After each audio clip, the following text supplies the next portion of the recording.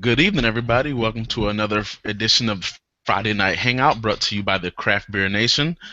Tonight, we're going to be talking about one of the classic styles of beers. It's ESB, English Special Bitter, or Extra Special Bitter, or yeah, I was going extra strong bitter. It could be called. I guess it's a few different ways you could call it there, but nonetheless, we know what style we're all talking about here. So, before we get started, want to remind you guys that you can follow us on various social media platforms. Just go to our website, craftbeernation.org or craftbeernation.beer, and you can see links there to our Twitter handle, to our YouTube page, Facebook, Google Plus, all those things. You can, and make sure you check us out on we have podcasts. We have two shows, Pints and Quarts and Mashing Out with the Beer Fairy with Ashley Bauer. So this actually yesterday on Pints and Quarts we had Hugh Sisson on from Heavy Seas Beer out of Baltimore. Probably one of the most fun shows that we had. I wasn't on it last night, but nonetheless, it went very well. And so let's get into it. Our panel, people you've seen before. We're starting out with Linda Dean, hailing from the state of Oregon. She's an Oregonian. Oregano. I'm an oregano. She's an oregano. Origami. She's a paper dog animal creature. We got Jeffrey J. Davis joining us from H-Town in Texas. What's up, Jeffrey? What's up? Go Rockets. All right. Well, go Wizards. Yeah. We got Freddie joining us from Boston and going to get in the car. He didn't go very far. Today he got in the car, didn't go far, found a new bar, found a couple new bottle shops, a new brewery opening up near him. This is the best drive of his life today, huh? Ever. Best 10 minutes. All right, and we have Lola Laracy holding it down for Florida. Mm-hmm. And I am in Northern Virginia, just outside of the District of Columbia. So, ESBs. Let's start with you, Linda, since you're first One of the things I want to emphasize is ESBs. The name of the game is all about balance. Yeah. That's exactly what I'm looking for when I'm looking at an ESB. Here's the ESB I'm currently drinking. Mm. AleSmith. Good. AleSmith is a good brewery. I really do like them. Mm-hmm. Pretty dark. I'm not sure I like them this dark, but I really like the head on it because it's nice. It's fairly thin, and it's not really heavily carbonated. The scent is just a little fruity on this one. I'm getting quite a bit of bitter up front, which again is not my favorite, but it's okay because AleSmith has got the malt balance in there that really gives me just a tiny bit of chewiness to the texture and a lot of malt coming through, so it's a very tasty, savory ESB. So I'm looking at the BJCP website, and they have, well, some people call it extra special, extra strong bitter, and then in parentheses they have English pale ale. So is that essentially what we're going for? Just an English style of a pale ale here? It's gonna be a little stronger than the pale ale. It's gonna have something a little fruitier to it. Okay. But ESB is a subcategory of pale ale. So I mean, it is a pale ale. You know, it's just usually a little bit higher alcohol, 1%, 1.5%, and a little more hops. You know, on the way in. Okay. So Jeffrey, since you had the floor just now, go ahead and keep the floor. Go ahead, keep the floor. Tell us what you're drinking. You know, for me, I mean, I think of ESB as you know, a kind of standard classic English pub ale. Not highly carbonated, as Linda said. So I mean, you pour this, and I had, you know, a finger head that you know, relaxed after a minute or two. You know, typically it should be very balanced, but as Linda said, but it's usually a lot of malts, you know, and so yeah, I get a lot of this in this beer, and I'll tell you about what the beer is in a second. But you know, really a they call it an ESB. I call it an extra supercalifragilisticexpialidocious bitter. But it's really not that. For Americans, it's not really that much bitter. It's not a hoppy beer by any means. I mean, and I don't know exactly what's the real classical of the style. I typically look for hops on the way in, and then sort of more malt on the finish. And that's what this beer does. This is I'm drinking a Real Ale Phoenix. So this is Real Ale from Blanco, Texas. They actually call it a double ESB, which I think is just semantics. I think this beer weighs in at 7.2%, which is a little bit higher than a normal classic English ESB, but it's not like a double IPA or anything like that. And this is good beer. It's you typically want the color to be much more on the copper end of the spectrum. It shouldn't really. It's either a real deep gold or I like a more towards copper end. Lowly, pretty light carb, good coating mouthfeel. This you get caramel and toffee, malts in the nose, but the first sip is hops. Hops coming in, and then malty and kind of a little creamy on the finish. So I think this is a pretty true to style, probably a little bit more aggressively hopped. It's hopped in an American way more than an English pub style ale. I went to 3 stores trying to just find a Young's or a Sam Smith's, a real English ESB, and I couldn't find one today. I wanted to do kind of a side by side, but this is not too bad. So good job, Real Ales from Blanco, Texas. So Jeffrey, to your point, what you were saying that you weren't sure where the term bitter came from. I hit up the old Wikipedia, and apparently bitter is an English term for pale ale. Yeah, so they have a pale ale. They have, you can just order a bitter, which is, I can't really tell the difference between a normal pale ale like a Speckled Hen and a bitter.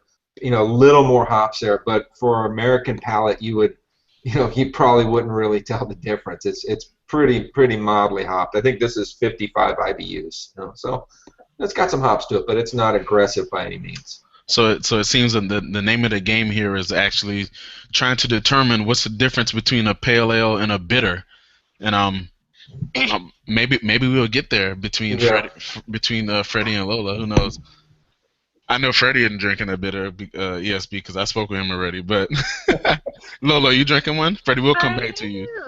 No worries. Which one are you drinking, Lola? I have got the one that Linda doesn't like. Well, we're going to see. I don't think I've ever had an ESB. I've heard it before, but I thought it had something to do with psychic stuff. And I said, well, I'm not psychic. Not really, so I never picked it up. But maybe it would make me psychic, so maybe I should have picked it up. But anyways, I've got a Red Hook, and it's ESB. So I'm guessing that it's American. It's from Seattle. Right. And, I mean, it's 5.8% alcohol by volume. It's okay to me. I've never had this style, so I can't really compare it. To me, it tastes like an imperial, not a stout, but like an IPA, imperial pale ale, because it's got the bitterness like I associate with the hops, and it's got the maltiness. So really, I mean, to me, it tastes like some of the other beers I've had, but it's good. Would you buy it again, Lola? Maybe for an everyday beer, the kind of beer where I'm like, I don't really want anything heavy. I don't want anything, fancy. I just want beer brewed the hard way. That's what I want. Lola's picked up on the exact same thing that I've been told time and time again. A bitter is when you just want to walk out of work, sit down, and drink a beer. It's a pub beer. I mean, it's sit down, have a couple bitters, and talk to your bros, talk to your friends. Yeah. And I was gonna say, like, I'm off style tonight too, because I just surprisingly I don't think this style is that easy to find in many places. It's not very accepted in the United States. It's not that popular because of our love of IPAs and other types of beers, especially the balance needed in an ESB. It doesn't seem to be that popular around here either. Yeah. The, I had. Go the, ahead, Jeffrey. I'm I was sorry. just going to say, there's a couple of the English brands that are pretty common. Like, have you ever seen that Hobgoblin? That's an ESB. Yes, Young's has an ESB. So there's a few that are, a few of the British beers that are, that you can find in a lot of grocery stores are actually ESBs. I I think I may have had like 2 ESBs before, and the only thing I remember about them is that they seemed like first of all, it wasn't a memorable beer, and I remember thinking during the time that this is really pedestrian, like, hmm and that's kind of like how I feel about brown ales, right? Unless you do something to the brown ale, if you get in my opinion, a brown ale in its purest form is like practice beer, and so ESB, from what I remember, it was like this, like there's nothing there's nothing about this beer that stands out. Like, I'm drinking a beer and that's it. But we don't. Yeah, that. This is for a time when we don't. We don't necessarily want to use the brain power to go, oh my God, what's in this beer? Yeah. But It's a pub beer, easy drinking. Talk to your friends. But I want to Don't taste like, something. Yeah, I know. It's pedestrian, as you said. That's why we left for the new territories, Randy. I mean, we needed more excitement. well, and to me, while it's not something to go, oh wow, about, it still tastes good. I mean, I'm not drain pouring it. So it's not something I would drive to the other side of town and, stand in line for. But if it's there and if I want beer, sure, I'll go for it. So essentially, ESB is an English pale ale, but there's something extra special about it. It's a little more hopped than a standard English pale. I mean, I think that's the way I would say it. I don't know if that's technically correct, but It's a little more hopped, and it may have 0.2 to 0.4, maybe bits of percent alcohol more. This is from Flat Tail here in Corvallis, and it's really closer to what I think of as an extra special bitter. It's about 5.5 to 5.7 alcohol percent alcohol. It's got a malt backbone, but the bitterness is right there, very, very well balanced, and definitely right after the malt, which is usually where I associate with it with an extra special. Well, let me ask you this. I mean, Jeffrey, do you really think that it's worth distinguishing the difference between an ESB and a pale ale? Like, is the difference that detectable for it to warrant its own special name? I would say for us, and the way we think about craft beer today, it's a nuance. But back in the day, when English ales, English pub ales were basically pretty much all the same. I mean, what I've read is they came out with bitter and extra special bitter as more like a marketing play, to certain brewers to try to differentiate their beers. But as Linda said, I mean, this is a beer that instead of 4.6, it's 5.2, and instead of 35 IBUs, it's 45. It's a pretty subtle difference on the kind of American craft beer scale of kind of variation. So, it is what it is. I mean, there's not a huge difference, but technically they're different styles, I believe. And I think that for that reason, that may be why that style isn't as popular in the States, is because first of all, we tend to want more aggressive flavors for our palate, and just pale ale, the American pale ale. I mean, American pale ale kind of spans a spectrum, right? I mean, you can get them to where they really toe the line between pale ale and IPA, and you can get them on the other end of the spectrum where they're like really kind of easy drinking, like easy to enjoy beers. And I think that maybe there's a chance that we already drink ESBs within our American spectrum, but we don't even realize it. We're just calling it. But I agree. Go ahead, sorry. Linda. Yeah, go ahead. I agree. I actually think that Arrogant Bastard Pale Ale is pretty typical of an ESB. Yeah. I mean, I would say I've had this flavor before. I mean, I didn't call it ESB, but you know, tastes like Imperial IPA maybe to me, Imperial Pale Ale. So I've had this before, just not in the guise of an ESB.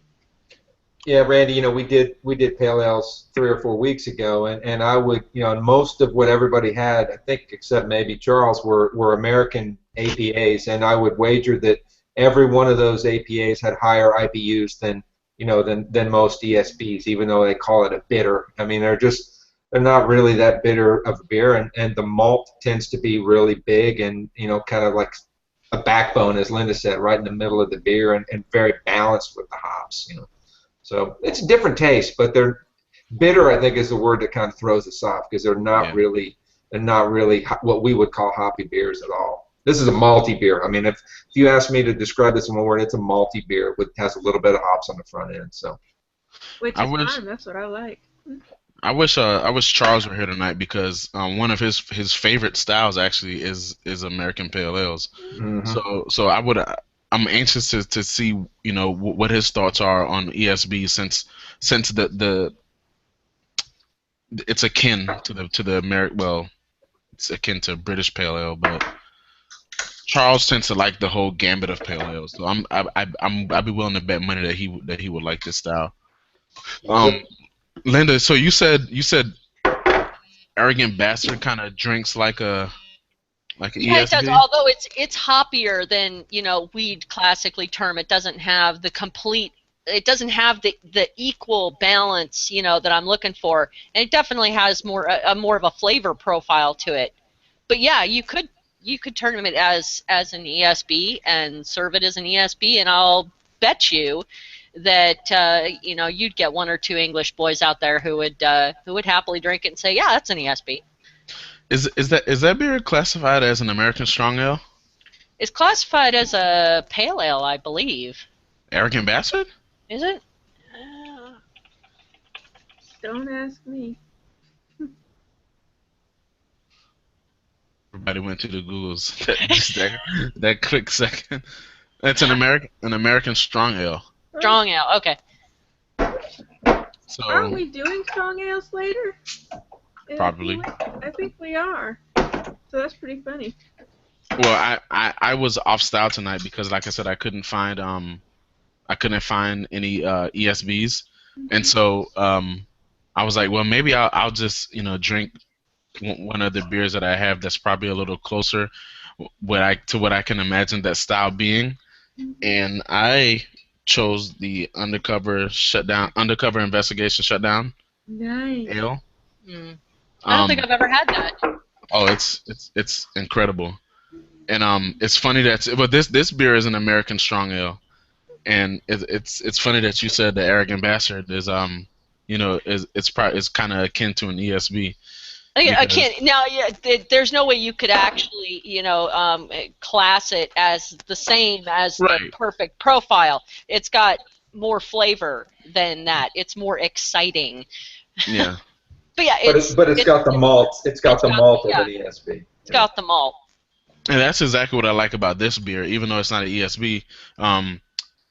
This consistently year after year, Lagunitas has this continuing malt backbone that goes through a lot of their beers, and so maybe I do like ESBs if I can get them to have. I like malty beers, and if I could get an ESB that had like a really strong malt profile and just enough hops just to provide it a little bit of balance.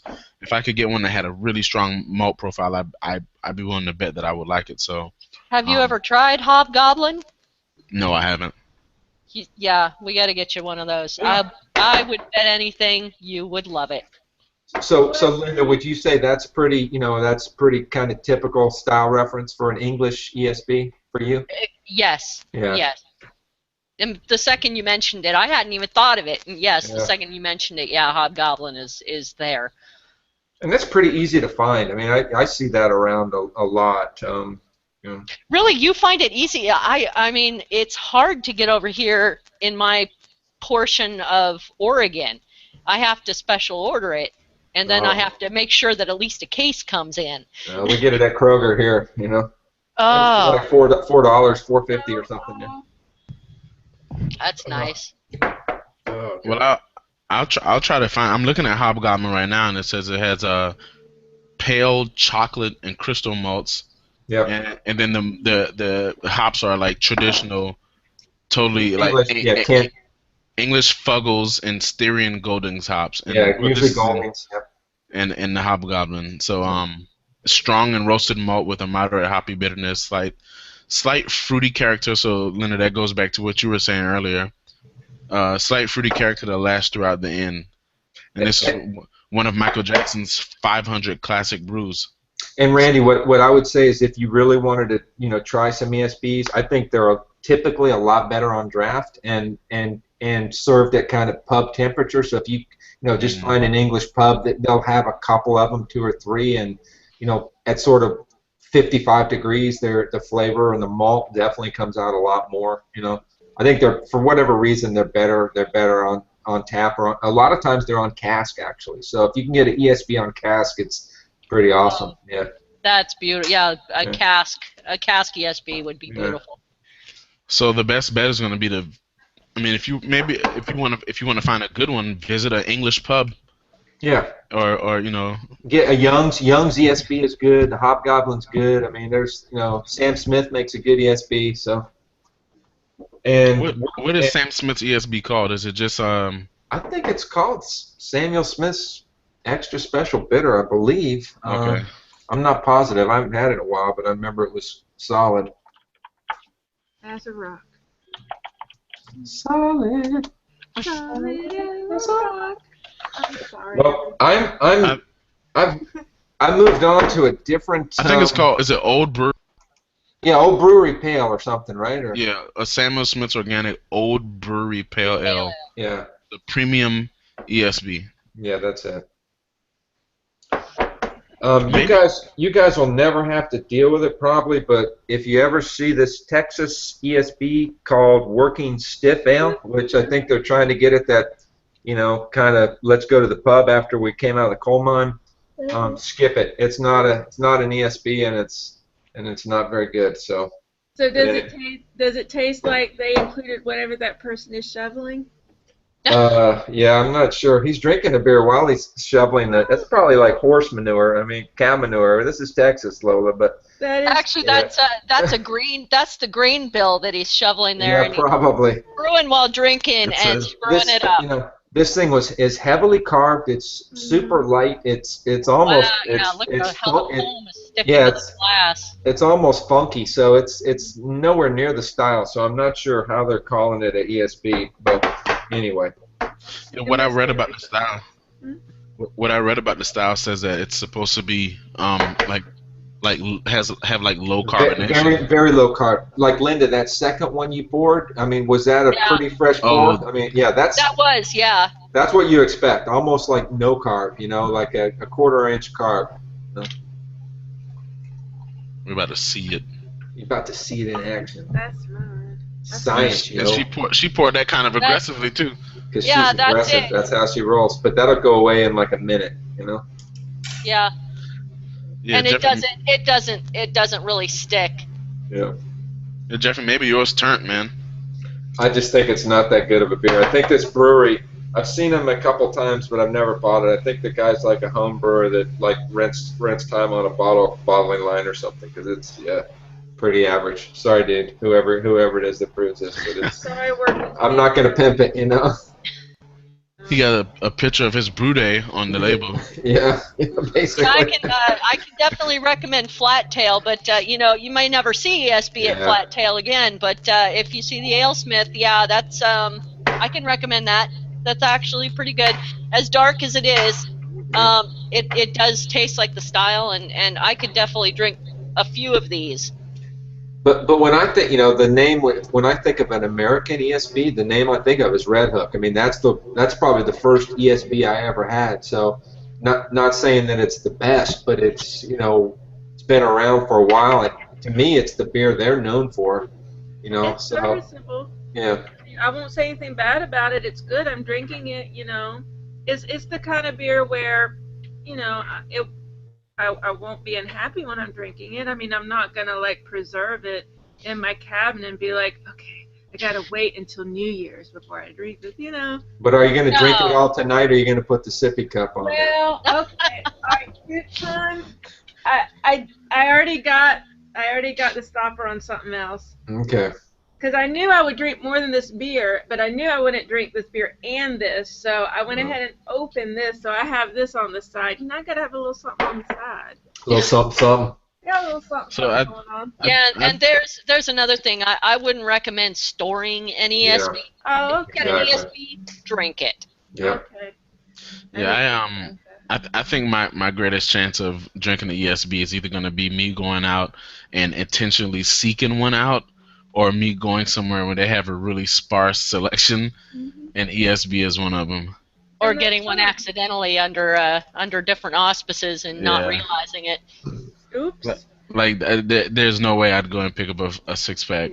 But dude, just go to an English pub for lunch to get fish and chips or something, and just ask for one. I mean, I think they're great beers. They're very drinkable. They're not super memorable, but they're definitely sessionable. So, don't discount it, man. Probably something good to drink with food that's not going to compete with anything that you're eating too much, right?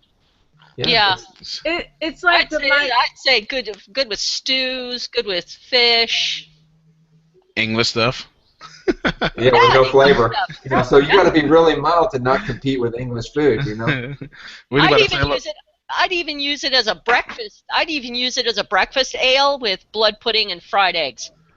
All right. Look at you went straight to UK just now. Straight up English. I don't even know what half that stuff is, but I'll eat it. It's good for you. Lola, were you about to say something earlier? Oh, I was gonna say, it's like the 2.5 men of beer. If it's 7:30 and you don't have anything else to do, you'll put it on and you maybe laugh a little bit, but you're not gonna seek it out. You're not gonna come back the next night. It's just there. It is what it is. You heard it here. ESBs are the 2.5 men of beers. I'm not sure if that's a compliment or not. Is this Charlie Sheen 2.5 men or Ashton Kutcher 2.5 men? Either, really. I stopped watching it 10 years ago, but every once in a while when I'm waiting for something at 8 o'clock to come on, I watch the tail end and I'm like, oh, it's mildly amusing, but I never actually watched the whole half hour. I'm sorry, guys, but I love a beer when there's grammatical errors on the label and misspellings. This one says, an easy drinking beer that is light on the palate, and palate is spelled P-A-L-L-E-T, like that wooden thing that you pile up boxes on. Palate jack. I went to damn college for 4 years to get a damn English degree. College is for suckers. It is for suckers because people don't care. That dude is definitely a homebrew guy who I don't think so. I'm homeschooled. His brother-in-law runs a mobile cannon system. You know how Ricky Potts got blackballed by Firestone Walker. I'm gonna get blackballed by the Texas Beer Brewery Company, but I'm not sure I care. We don't care. Yeah. Texas is a big state. Yes, it is. Vicky can get you some stuff from El Paso if it comes. I got lots of great beer here. I'm always representing. I just never tried these guys. So right now we have the whole gambit. We have Lola drinking a Red Hook. pretty good, enjoyable ESB and Red Hook. You have Linda drinking a very good example of ESB in but what is it? Red Tail? Flat Tail. Flat Tail Brewery here in Corvallis. And the one before that, which is Anvil by AleSmith. Right. And now Jeffrey's drinking one that he really should be drain pouring, but for whatever reason he's not. But remember this one. This one's solid. So Real Ale, Blanco, Texas. Phoenix is a very nice ESB. Okay. There's a thing with Real Ale, and I don't know what that means, but the guy that I wrote the review on, who's in Europe, he didn't have favorable things to say about Real Ale. Like most of their beers are not exceptional. I'll be honest with you.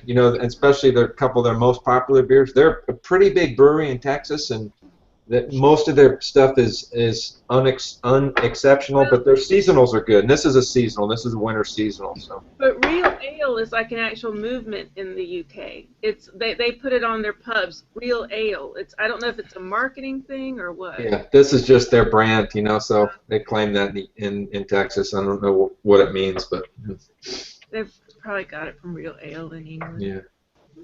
So a real ale is a top fermented beer that completes well, all ales are, but it completes its secondary fermentation in the container from which it is served. Oh. Just means a bottle conditioned ale. Bottle conditioned ale. Yeah. Or a cask conditioned ale. Yeah. Yeah, So- I can easily see that. Yeah. So it could be a lot of different beers.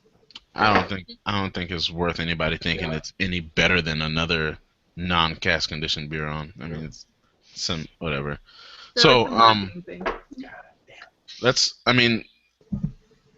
I don't think there's a whole lot you can say. There's much more you can say about ESBs. So, Linda, what are your final overall thoughts and impressions on the style, and would you seek it out? Well, being it's a favorite of mine, yeah, I do seek it out, especially when I see it in pubs, because I like drinkable beers. I like drinkable beers with all kinds of food, and ESBs are very easy to drink. Okay, Jeffrey.